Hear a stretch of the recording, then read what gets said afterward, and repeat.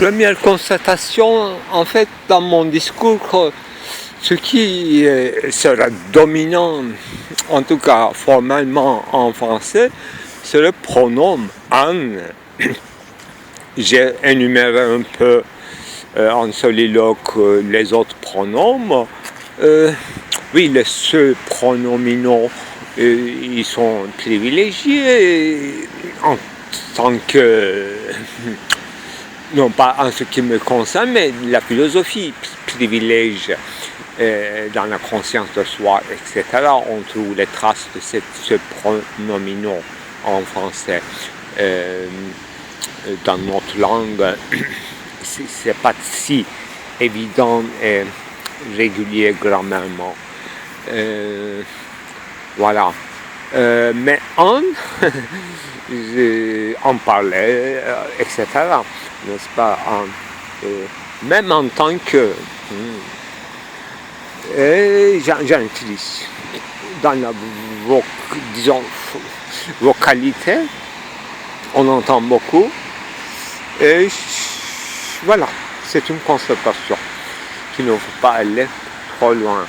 Et en plus, je parle de Basho ou de la poésie haïku, mais il y a un autre aspect aussi, les images et les japonais. En ce qui concerne les estampes et tout, mais les japonais actuels, donc des touristes du monde, là ils ont cette propriété comme très connue, n'est-ce pas, de photographier tout, un peu comme moi. Je suis devenu un touriste japonais dans mon pays.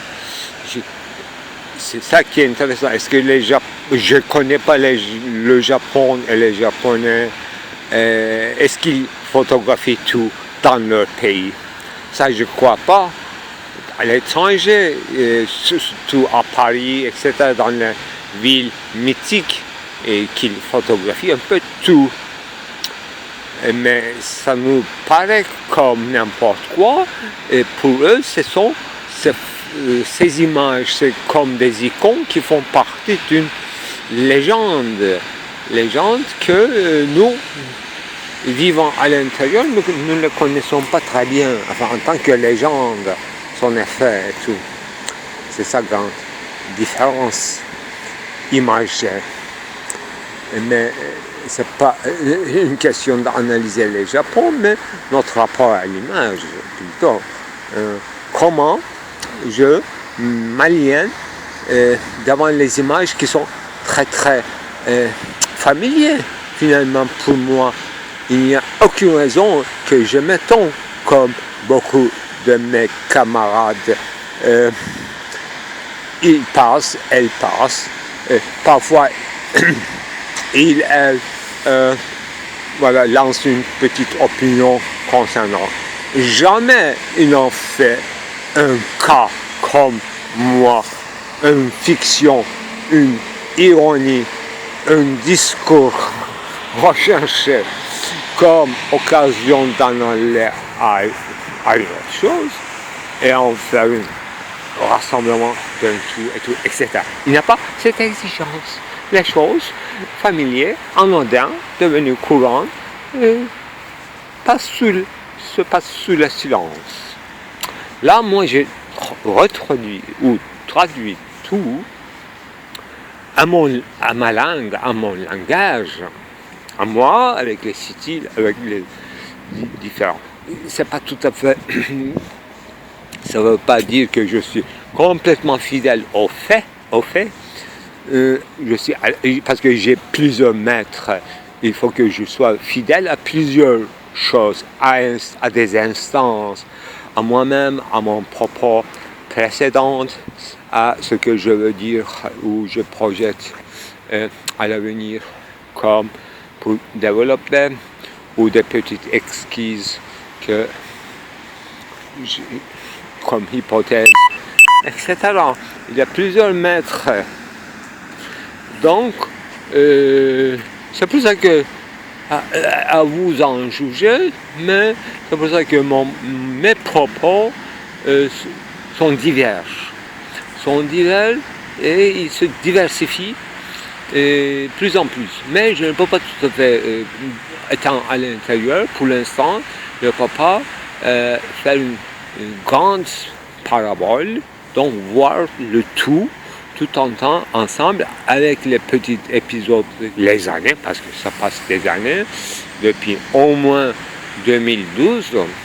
Donc, en faire une oblique ou une parabole, une graphie, et essayer d'épocaliser et essayer de trouver des dénominations communes entre les styles, différents styles et des passages de thèmes et enchaînements de l'un à l'autre. C'est gros travail à faire dans l'avenir si j'en fais pas déjà.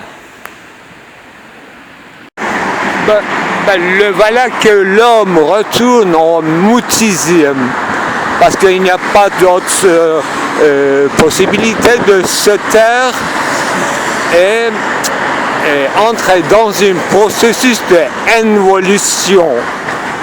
Et développement, c'est fini. Expansion, c'est fini. Ça s'appelle plus, en tout cas, développement. C'est l'enveloppement sur soi. Ce sont des concepts lapticiens, vous savez, développement et enveloppement, ou bien des plis, et le pli est des replis. Repli sur soi, effectivement, ça passe d'abord par l'expérience du mutisme. Au départ, on ne comprend pas pourquoi on se tait, mais il y a des raisons énormément convaincantes pour se taire, parce que l'environnement, c'est d'abord inhabitable, non pas hospitalière, mais hostile. Donc c'est un retour à l'homme primitif, mutisme, seul, isolé et sans parole. Et il y aura bientôt sans technicité, sans manœuvre, sans chasse et sans ce privilège rare d'être à la fois omnivore, oui. Donc, il sera dégradé de sa position de chasseur à chasser, c'est-à-dire la proie silencieuse. Et oui, pour qui? Pour quelqu'un qui est capable de parole et investir l'espace par test extra, par test. Donc peut-être avec une nouvelle espèce, avec une nouvelle race des surhommes, une nouvelle histoire, et l'aventure va recommencer. Cycliquement ou hélézoniquement, spiralement, c'est un philosophe qui en prévoit. Au revoir. Alors, dans cette nouvelle ère de mutisme et d'isolement et d'enveloppement et de repli sur soi, une régression, non pas peut-être thalassique. Nous sommes sortis de la mer, de l'océan, on sait bien, on savait ça d'un savoir ancien. Mais le nouveau savoir veut que nous nous enterrions dans ce mutisme. Nous sommes maintenant pas encore là. Nous sommes en passage difficile de l'ère de l'architecture verticale vers l'architecture horizontale. Vous savez bien, Fichtler en a donné des signaux et l'ordre incontournable. Donc, à partir de maintenant, chacun va ramasser ses gratte-ciel horizontalement. Dans une position horizontale, nous serons beaucoup mieux assis dans une chaise, dans la table, couchés dans le lit et en brossant les dents, le miroir sera plus approprié. Alors, horizontalement, donc, il nous faut une étendue beaucoup plus large que maintenant. On sera donc a priori décentralisé. Je fais un calcul simple, géométrique, je ne sais pas, le futur en pensera, mais les villes traditionnelles centralisées autour du symbole unificateur seront disparues au profit d'une expansion territoriale, donc une sorte de retour, non pas à la campagne, mais parce que ça n'existe pas, et retour à l'époque de reterritorialisation. Mais la ville aussi, c'était un exemple privilégié, mais c'est vieilli comme concept. Une ville, l'urbanisme est vieilli. Il faut changer de concept. Il ne faut pas rester dans le concept gréco-romain ou mésopotamien. Il nous faut, comme les Juifs exilés, des villes qui résisteront encore, des villes étrangères pour s'investir, comme parasiter, avec une how to life, c'est-à-dire avec un guidage que nous allons assurer l'un à l'autre, les modes d'emploi des villes à parasiter. Deuxième possibilité, donc, choisir terroir où on va habiter horizontalement et on va penser horizontalement. Et qu'est-ce qu'il y a d'autre? Penser à habiter et à en avoir l'habitude, wohnen, bauen et denken. Habiter et construire, habiter. Donc on va construire horizontalement et on va y habiter dans l'étendue, reste extension illimitée, mais on ne sait pas, on ne se pose pas la question si c'est infini ou s'il y a assez de ressources pour tout le monde pour y habiter. Parce qu'horizontalement, ça change tout. Ça change géométriquement, et oui, géométriquement, non pas mathématiquement, nous n'avons pas besoin un peu plus de place, mais beaucoup plus d'espace. Parce que chacun de nous, en tant qu'individu isolé dans son mutisme, soit vertical, ça ne changera pas, soit horizontal, nous devrions choisir notre place comme on peut observer dans l'histoire, c'est-à-dire dans l'actualité, dans les villages montagneux du nord de la Turquie, où un groupe ethnique qui s'appelle Laz, ils ne se supportent pas l'un à l'autre, donc ils construisent des maisons l'un loin de l'autre, et ils sont déjà dans un mutisme sans trop communicatif. On peut, si on va faire une analogie, on peut le faire comparer avec les Bretons. Voilà. Eux aussi nordiques, les nôtres, Laz aussi nordiques. Bon, trêve de plaisanterie. Donc, comment faire, comme on a déjà fait dans la préhistoire, avec parthèse extra, parthèse. Oui, ça se finit et ça recommence. Ça se finit, ça recommence. Et impossible, un possible transport. Donc il n'y aura pas de logistique. Chacun va tout simplement se manger, se dévorer, autodévoration solitaire dans un mutisme identitaire et sans substance, mais seulement l'étendue. Voilà, notre frère nous en veut et je m'en veux de lui. Alors, nous avons une proverbe qui dit qu'en fait, essayez obliquement, mais parlez droitement. Alors, maintenant qu'on va habiter horizontalement, on va s'asseoir horizontalement et on va parler très peu ou pas du tout. On serait dans une mutisme. Parce que pour parler, il faut l'espace, un certain calme.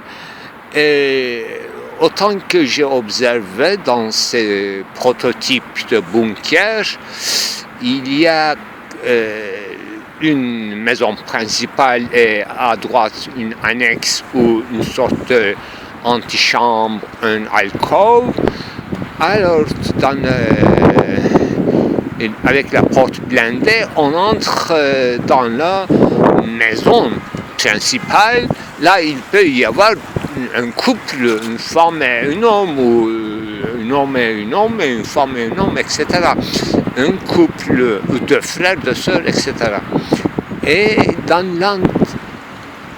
il faut qu'ils se couchent tout le temps, donc c'est un peu bizarre, et parce que bien ils seront étendus horizontalement, ou bien ils seront assis obliquement, et ils vont parler droitement, et dans l'antichambre, ils vont attendre, parce qu'il y a l'air fraîche, c'est comme un balcon à la française, donc ils vont fumer dans leur mutisme en alternance, pendant que l'autre se couche horizontalement, l'autre sera assis, et ainsi de suite. Et un enfant, on peut le prévoir, mais pas plus. Deux enfants, quand ils seront jusqu'à 3 ans, ça va, mais tout dépend où on va situer maintenant. Vraiment le positionnement de l'habitat, ça laisse envier tout le monde, parce que parfait. Mais on me demandait tout à l'heure qu'est-ce que vous allez faire avec les pierres alors vous étiez logé confortablement dans une maison principale horizontale. Et qu'est-ce qui se passe avec toutes ces pierres? Il fallait deviner, parce que je n'ai pas seulement parlé des pierres, mais des stylos. On ne dit pas stylos, stylets. Voilà, stylets et cailloux. C'est ça l'œuvre principale de Roger Caillois, etc.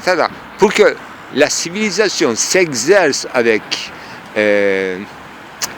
une certaine style, et pour que cette civilisation ait un certain style de vie. Donc, mes amis, on va réinventer l'alphabet, bien sûr, l'écriture qui ne sera plus logocentrique, et l'un des avantages extraordinaires et imprévisibles de cette architecture qui touche directement à notre capacité de parler, donc il nous fait soumettre à un mutisme total. Nous avons quand même de mains et de pieds, on peut en dessiner si on ne peut plus parler. Et maintenant, on peut prévoir une civilisation de traces. Pas tout à fait communicatif, parce qu'ils n'ont aucune raison de faire des peintures pour se communiquer.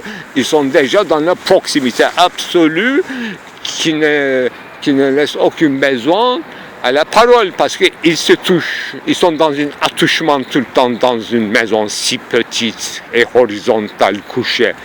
Ils seront tout à fait d'une être tactile et attouchante. et en couchante tout le temps. Voilà. Il faut penser une organisation des enfants, parce que si on couche tout le temps, et les enfants, il faut prévoir des crèches en tout cas, pour rassembler tous les enfants dans le même parthèse. Extra, n'est-ce pas? Voilà, c'est une parthèse extra. Je ne sais pas les autres parthèses.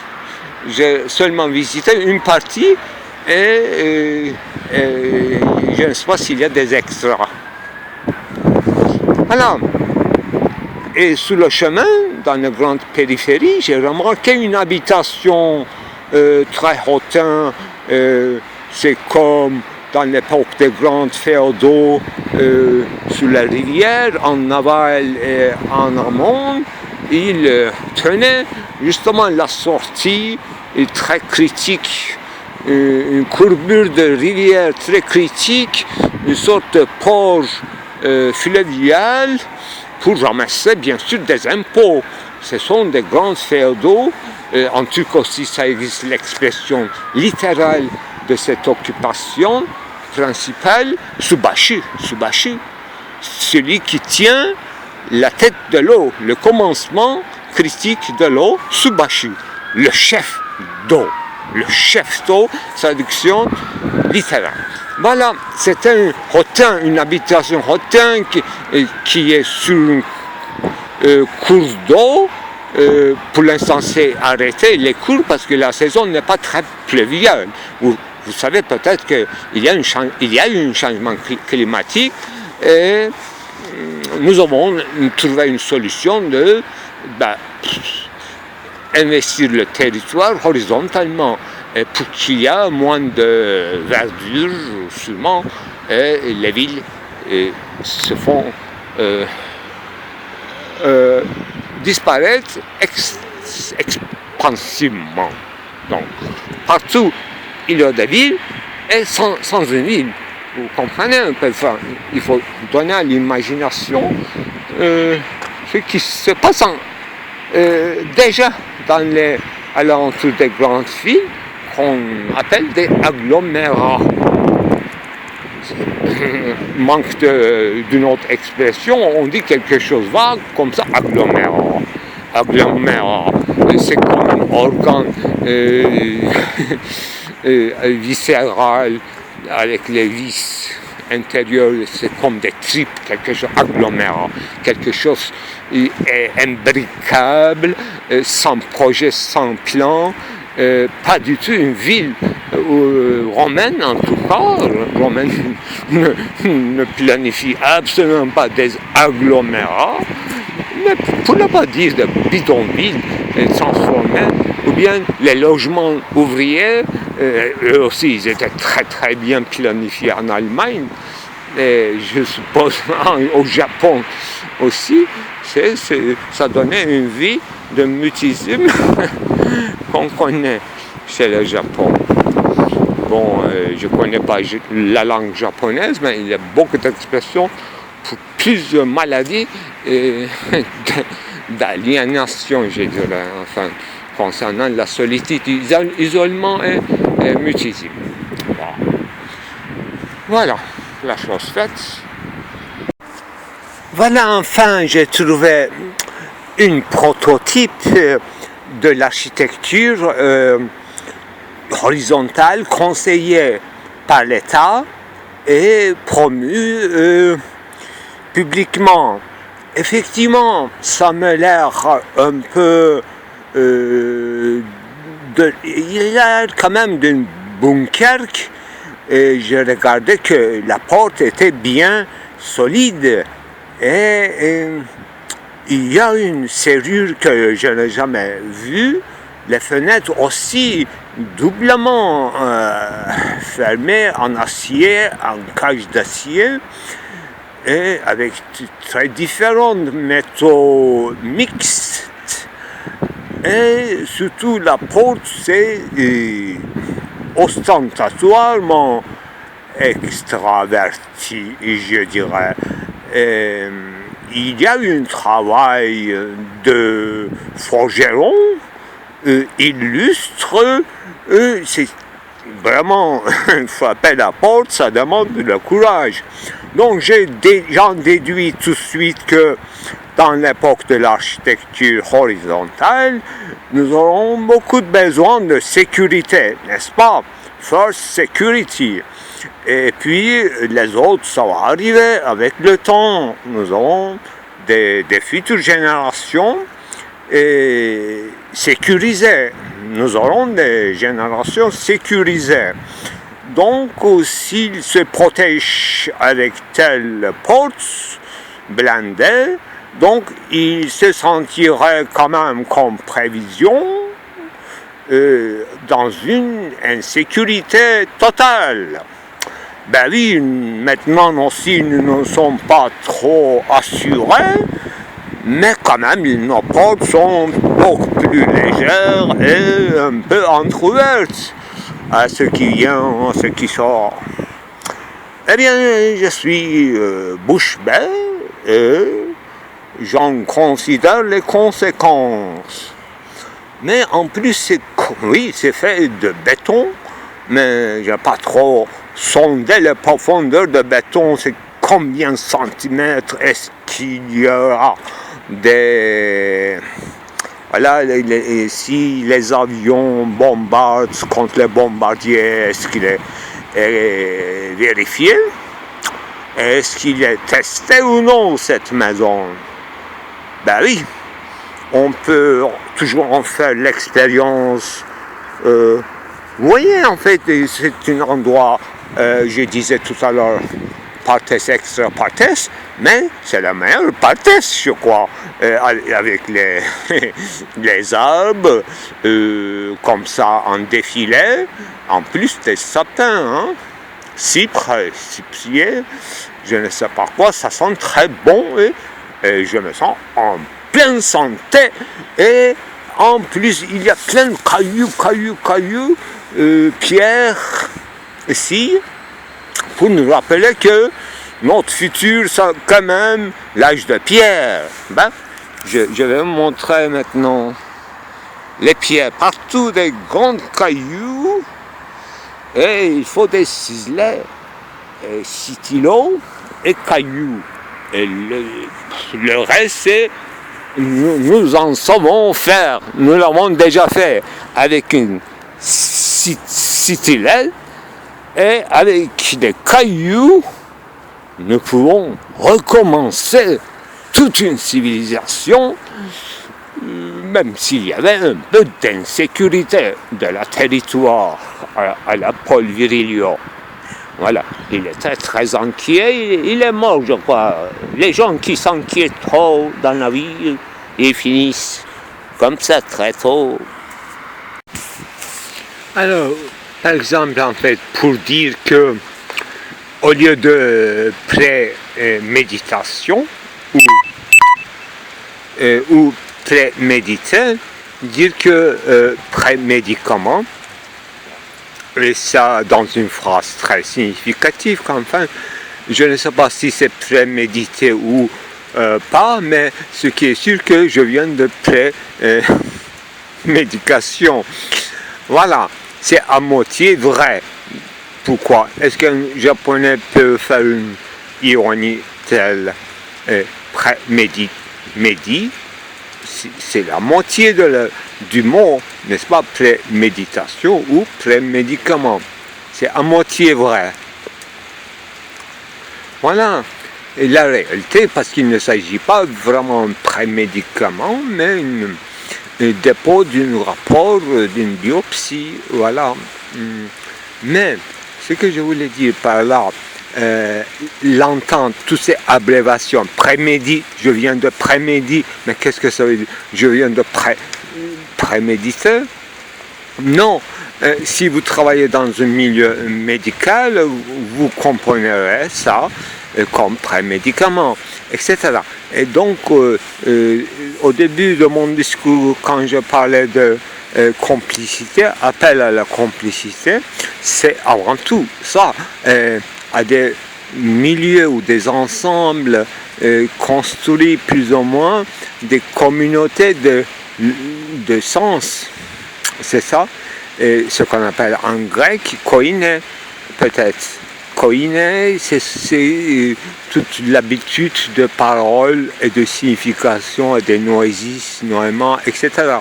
Donc, personne ne peut inciter ou insinuer si déjà cet interlocuteur n'était pas en quelque sorte faisant partie d'un koine, n'est-ce pas, un milieu de discours étroit ou élargi. Nous, plutôt, c'est élargi, c'est-à-dire que en tant que Bedeutung, vouloir dire comme nous n'avons pas un seul et déterminé sens, un signifié transcendantal, nous avons recours à des ironies de tel style, on ne sait pas encore, mais toujours nous sommes déplacés, et c'est ça qui fait sens aujourd'hui. Bon, la pluie a commencé. Je pensais tout à l'heure que, par exemple, dans un poème de Basho, ou en général dans l'épique ou haïku japonais, même dans la sagesse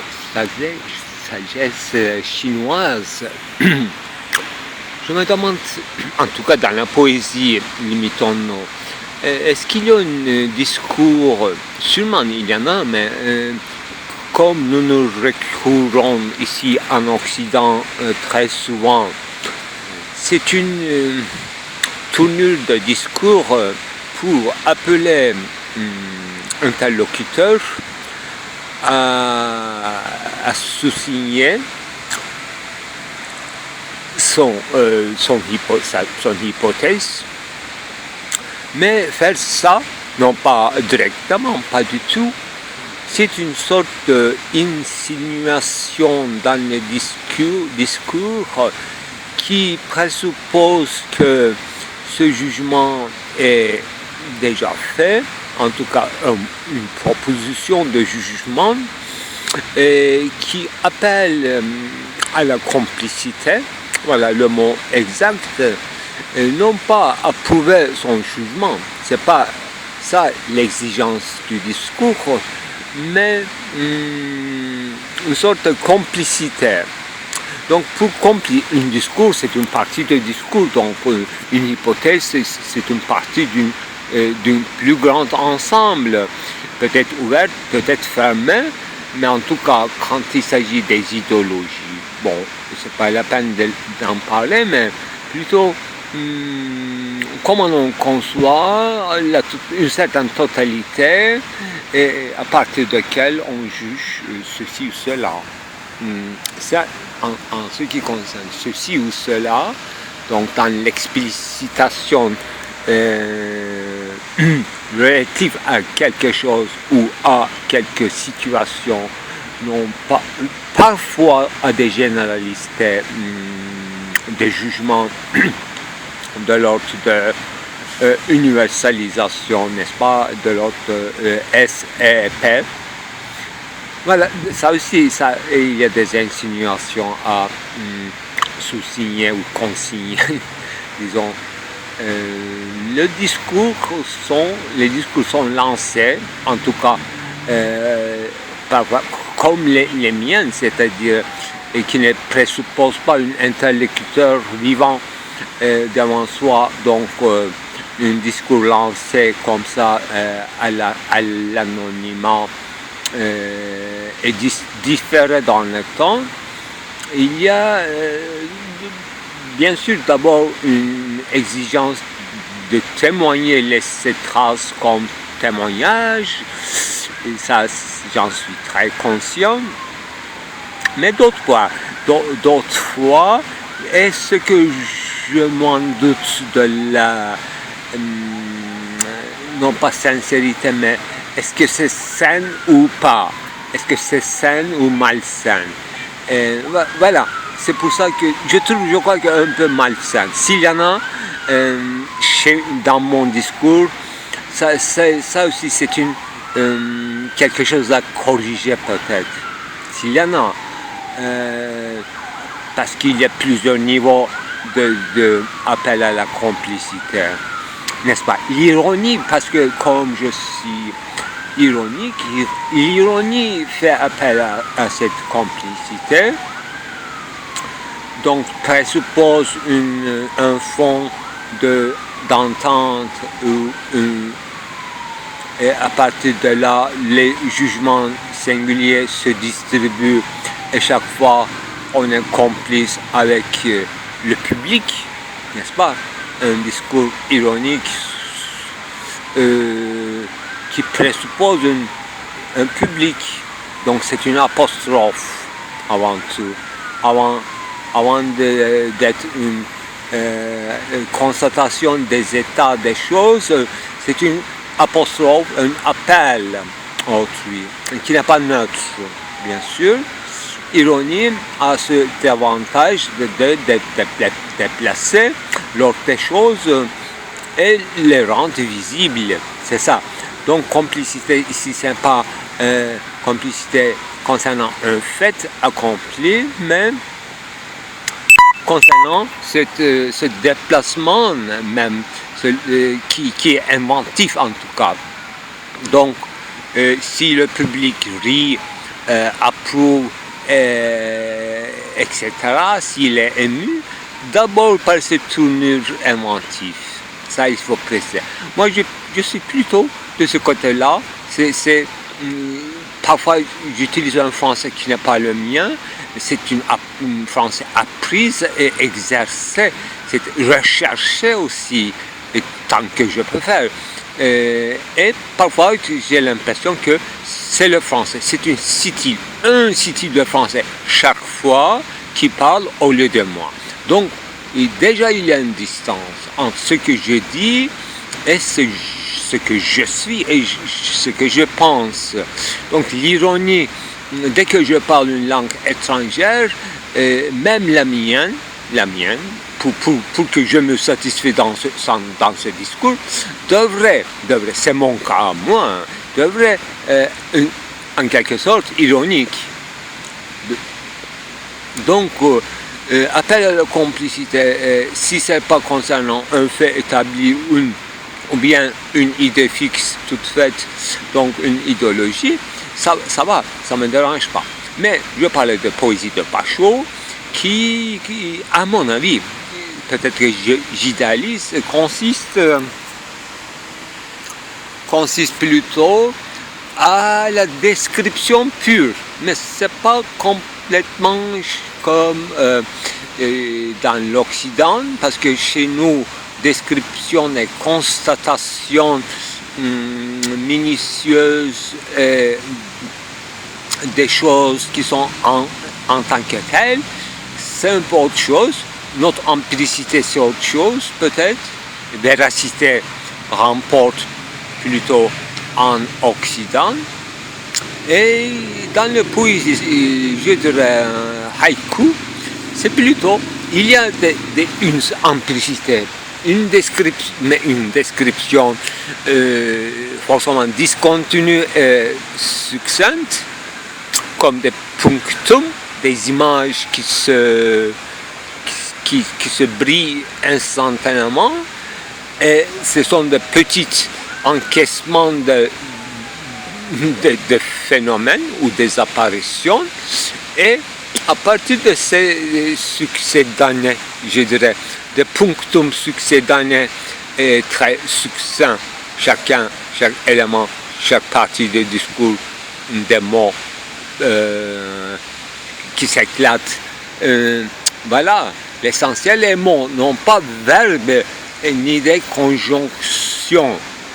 D'abord, les saisons, une certaine saison, l'heure de la journée, l'endroit, le fleuve, l'air, fraîcheur, froideur, etc.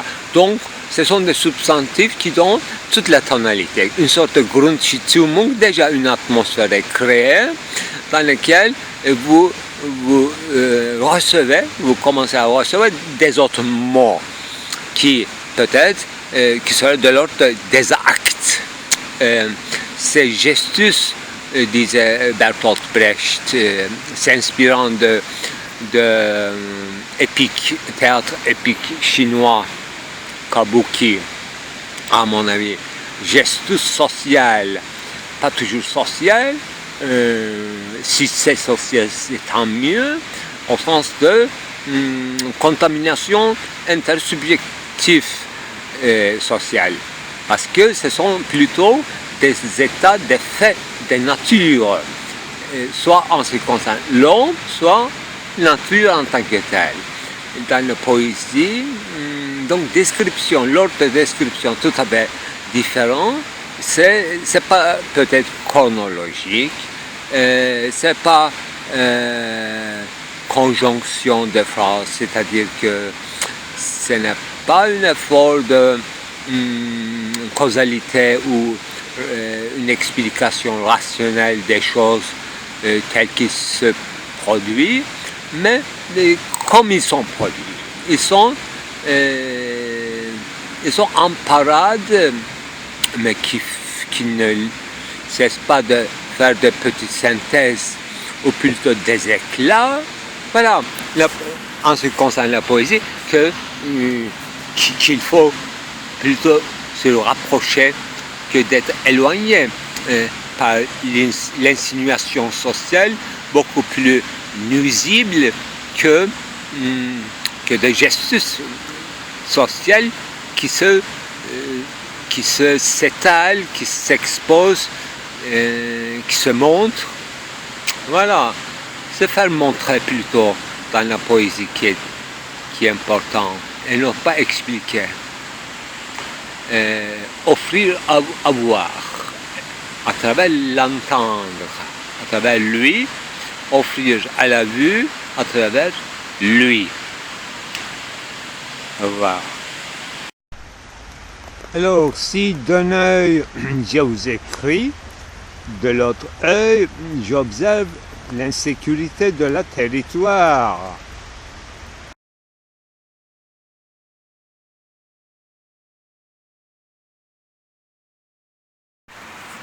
Alors, en ce qui concerne dernièrement l'insécurité de la territoire, ou l'état pré-hobbésien, non, je ne crois pas, et c'est pour dire aux amis japonais en tant que touristes s'ils veulent visiter, il n'y a aucun problème, et même assez calme, parce que c'est une soirée pluviale, mais si vous ne portez pas sur vous des blocs d'or ou des bijoux d'or, en fait, je crois qu'il n'y a pas de problème. En fait, moi, je porte toujours des bijoux toc, ça veut dire avec imitation ou mimétique. C'est pour dire clairement, pour donner un message clair que vulgarité, en fait, c'est une forme de sincérité mieux payée dans le monde actuel.